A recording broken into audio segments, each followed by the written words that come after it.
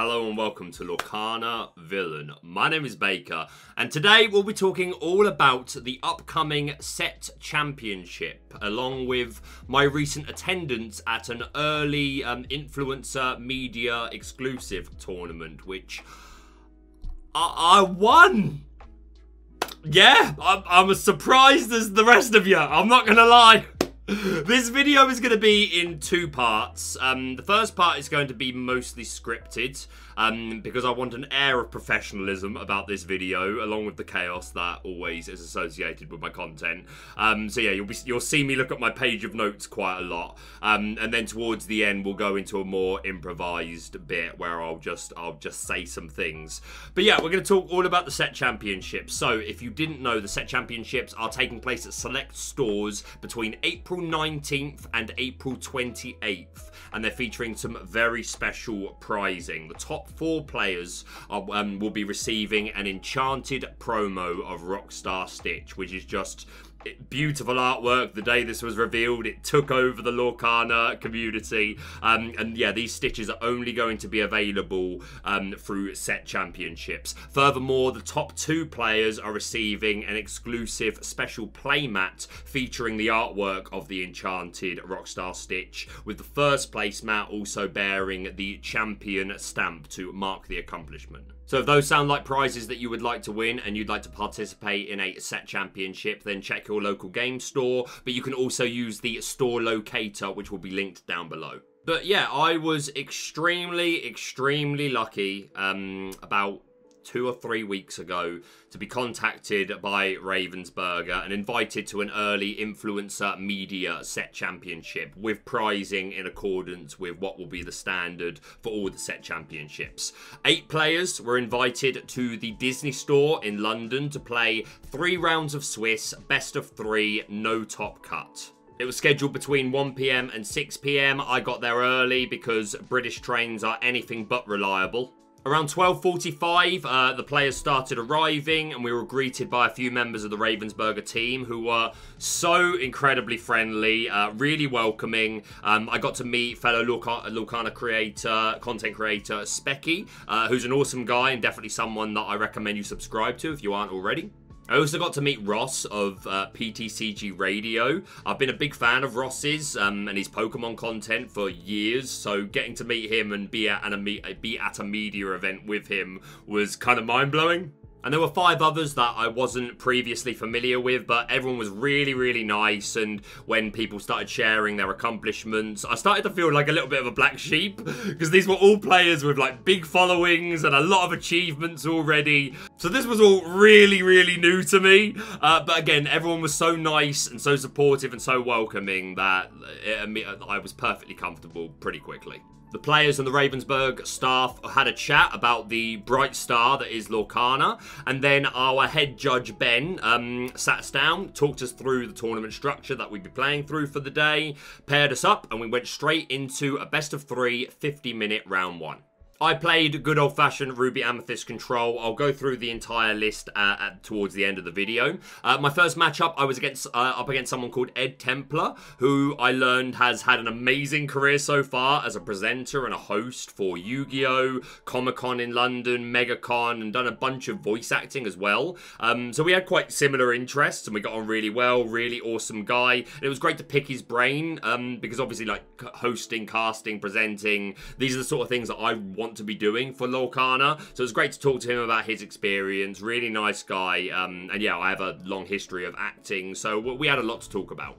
I was lucky enough to be on the play for game 1. I learned quickly that he was playing Steel Amber Flute Song. I was able to curve really favourably, got a bunch of value out of Krabs and Pinocchio to slow down his singing 5-cost songs like Whole New World. On turn 6, I was able to get down a Queen's Castle, which stuck there for the next 5 turns. I was able to just keep controlling the board through Pinocchios and the ladies in red, and they were able to play wheel a couple of times, but they were never able to get enough of a board to threaten my castle, and I'm questing all the while, and I was able to take game 1. Game 2 was a little sweaty at first. On the mulligan, I kept an Olaf, a Kuzco, and a Crab, and I drew into 2 Be Prepared and 2 Lady Tremaines. I then drew into a rabbit and missed ink over the next 3 turns, including a Kuzco card draw. Thankfully, on turn 4, I was able to find the ink I needed to put down the rabbit. And they were able to get a couple of Sleepy's Flutes down, but they didn't see a whole new world the entire game, and I was able to just recycle the rabbit, just get card advantage, and thankfully take a 2-0 round 1. But yeah, it was awesome to meet Ed, awesome guy. If you're watching Ed, it was awesome to meet you, man. Next up, I was against someone called Rosie, who some of you may know from the Cozy Board Games channels. They can be found on Instagram, TikTok, YouTube, loads of things.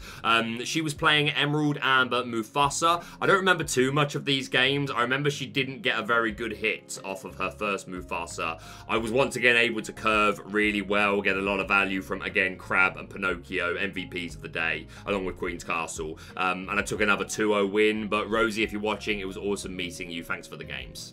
And my final round was against Mr. TCG himself, Wossie. Ross was fresh off the back of Pokemon EUIC in London. He'd already apologised to the group in advance of his potential to try and attach an energy to a character. But yeah, Ross is an incredibly experienced TCG player who's no slouch. He already brought Specky in round 1 to a 1-1 draw. And if you can even get a draw against Specky, then you're doing something right. He was playing Amethyst Steel aggro with Arthurs and Bodyguards. I know this deck can do well, especially against my control build. Zach Bivens proved that all too well not too long ago when he won a tournament with his budget powerhouse. But similarly, I knew at this point that if I did win, I was probably going to be first overall, and suddenly the pipe dream of owning an Enchanted Stitch or the championship map was actually within reach. I can't remember if I was on the play or on the draw for game 1, but I do remember that I once again curved really well. I can't complain in terms of my card draws throughout this tournament. I always complain about my first ever tournament. I missed 1-drops and 2-drops 6 rounds all day, and I was furious, but I cannot make the same complaint. On this day, the day where it really mattered, I saw my 1-2-3s. I was always getting Rafiki into Pinocchio and getting value, or Olaf into Kuzco into 3-drop, either the Fox, the Maleficent, or the Crab. Queen's Castle put in a lot of work. And yeah, game 1 I was able to take pretty decisively through Crabs and Pinocchios. Game 2 was uphill. We got to a point where he had 16 lore and ended his turn by throwing down an Arthur and a Prince. Passed into me where I had 12 lore. I've got a board of characters who totaled 7 lore. I had 8 ink, a B prep in my hand, and something else that was inkable. So I drew for turn, found Kuzco. I quested my board to 19, inked the inkable card I had in my hand, so I went up to 9 ink. Played the B prep because I lose if I pass into them with their board. Threw down the last card in my Kuzco, the last card in my hand, which was Kuzco. Shout out to Breezy. Your boy came through, man. Threw that Kuzco down. Ross had 1 card in his hand. Drew. He was running Befuddle, so there was an out, but he didn't hit it, and we quested Kuzco to win an Enchanted Stitch. So yeah, felt amazing. There was then a prize giving segment where everybody that played received a Lorcana goodie bag. They had a choice of pins, and then the top 4 players were presented their Enchanted Stitches and then play mats for the top 2. Specky was able to come 2nd place, so he also got a play mat, which was awesome to see. If it wasn't me that took it, he was who I would have rooted for, so that was cool. Now, I want to say once again, such a huge thank you to the Ravensburg team for the invite. Obviously, I'm going to be biased because I was lucky enough to get to attend. But I feel like I still would have been pleased to hear this, even if I wasn't a person going, just to hear that the content creators that are doing their best to, like, show their passion for the game, spread the word about the game, that you know, they're not just being ignored by the team. Like, this was a very exclusive event. I know it's easy for me to say. I'm very lucky that I got to go. But even if I didn't get to go, yeah, I would have been jealous, but I would have still been like, that's awesome to see that they're doing that. So I want to give a huge thank you to Ravensburg, not just for hosting it, but also for inviting me. But yeah, the team were awesome. They were happy to talk about all things Lorcana. Obviously, they were restricted in some things that they could talk about, but they were happy to talk about lots of things, listen to feedback and opinions from players. Ben, who was the judge, shout out to Ben, such an awesome guy, also did the same as Rochelle and really hyped up this serialized Mickey BLT, which is one of the top prizes for the Disney Lorcana challenges. So this card is, they've promised us a lot here, so I'm very excited to see that. Just a quick reminder that this channel is sponsored by Card Market, so check out Card Market for all your trading card game needs. So I'm sure you wants to see the deck list. So I ran good old-fashioned Ruby, Amethyst, Queen's Control. I'm on the 4 count of Queen's Castle. This is my bread and butter. This is what I have the most miles with. It's my favourite deck to play. It's what I'm most comfortable with. And like I feel like sometimes I'm quite hard on myself. I think, and I don't necessarily think that's a bad thing. It's important to stay humble, acknowledge your mistakes, acknowledge your wrongs. But I think I've come a long way, this format especially. I found a lot more time to play. I want to give a huge shout out to Zach Bivens and Zephyr, who both took the time before this tournament. They didn't know why, but I said to them that I wanted to do some testing for set championships, and if they would mind running some games with me.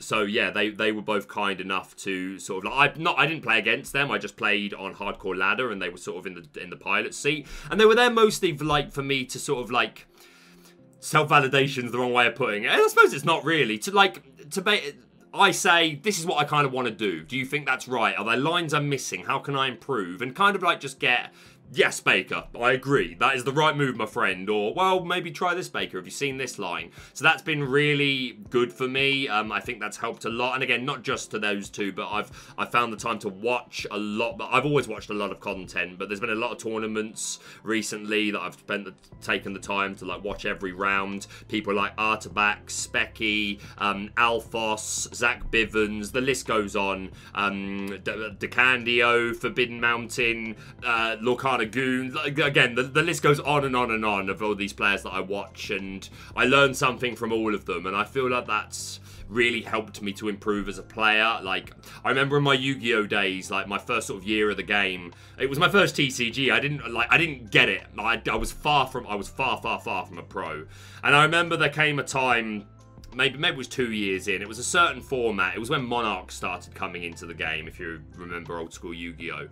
And certain things just started clicking with me, like certain lines, why I was making mistakes in some decisions, and kind of like more advanced, like I just sort of unlocked a new level, which I was able to build on throughout my Yu-Gi-Oh career. And I feel like I've kind of hit that in this format. I've still got a long way to go. I've still got a lot to learn. I'm nowhere as good as I want to be. I will never be the grand champion, world champion, but I'd like to think that I could get good enough that I can hang with the top players. And off the back of that, we're going to go through the list. I went on a right tangent there. Let's finish through the list, and I'll finish my soppy bit in a minute. But yeah, Ruby, Amethyst, Control is what I'm the most familiar with. I'm on 4-4 Rafiki and Olaf. Rafiki's so important, being able to hit this 3 number. And being able to put that down and follow up with a Pinocchio can just be such good early tempo against a lot of decks. I know a lot of players are playing the Chernobog's followers and the Rafiki, which I think is fine. But I love the 1-3, not just because you stay out of range of things like Let the Storm Rage On and Teeth and Ambitions, but I actually think that's the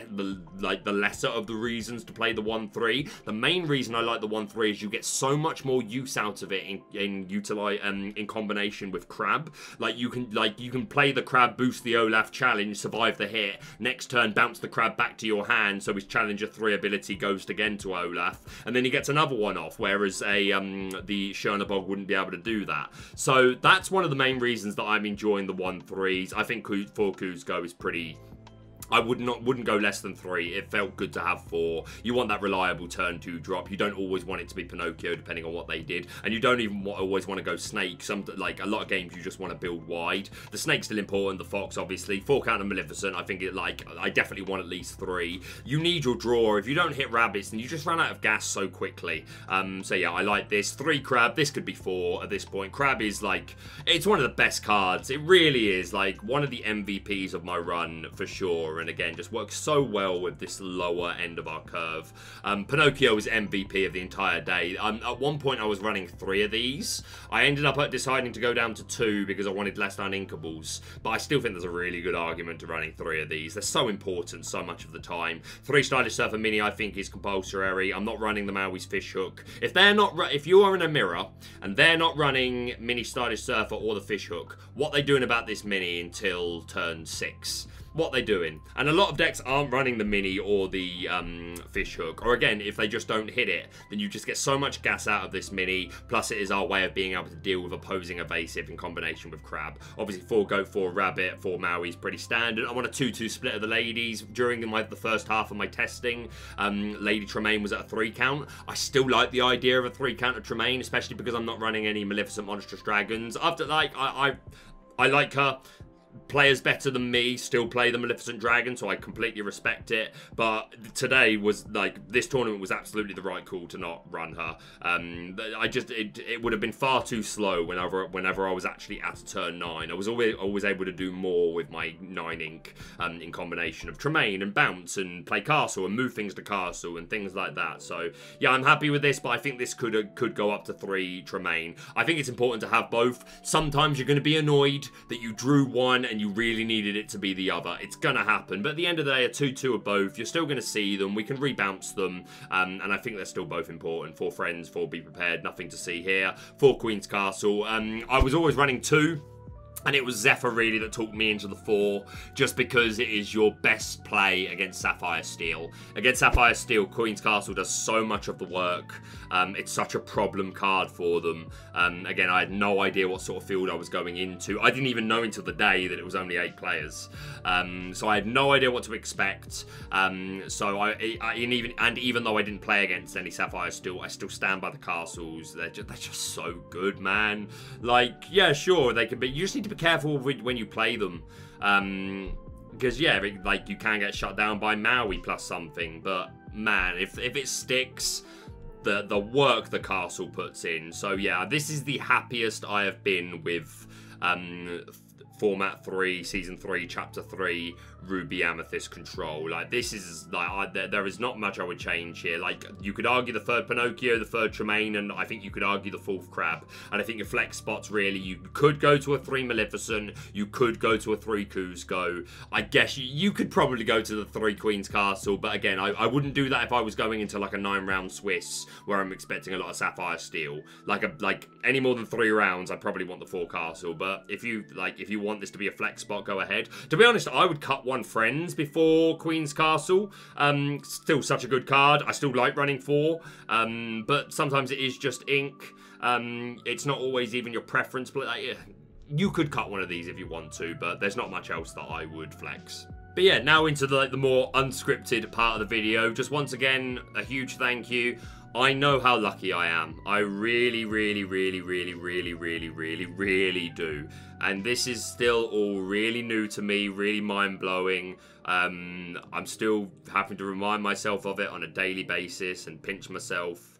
For what it's worth, I've never had like a stroke of luck like this in my life, really. So I've had some accomplishments through my acting career that I worked really hard to achieve. But I know, even though I feel like I've worked hard at my channel, I still recognise that I'm incredibly lucky to get these sort of opportunities. And I put out a post on Twitter, and like, my mum was blown at the responses. Just like, so many people in the community, like, just seeming really happy for me and offering congratulations, and like the vibes were immaculate, and I wasn't sure what to expect.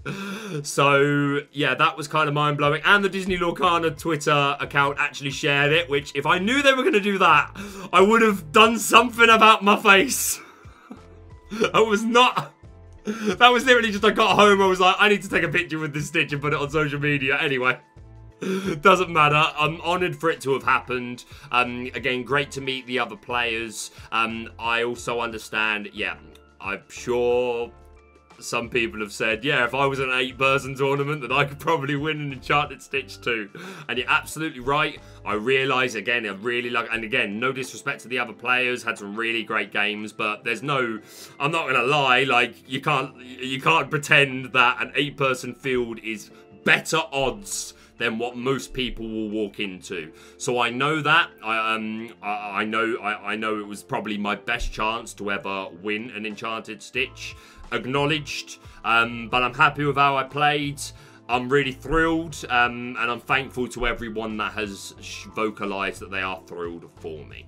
But yeah, that's pretty much it. We'll end on just a couple of things. Obviously, I need to show you the card. It is out of its sleeve for the first time and the last time, so that I could show this to you up close. I'm being so incredibly delicate with it. My camera isn't the best quality, something which I hope to change when the channel becomes hopefully a bit more profitable. I may have to take off my green screen. It makes more sense for me to film it on my phone, and then I'll include that in the edit. But yeah, there he is. He is absolutely stunning. And yeah, last but not least, the Champion playmat, which is still sealed.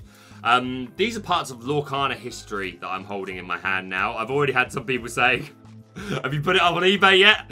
No, I have not. And I don't want to. I'm not going to lie. I'm not saying that it will never happen.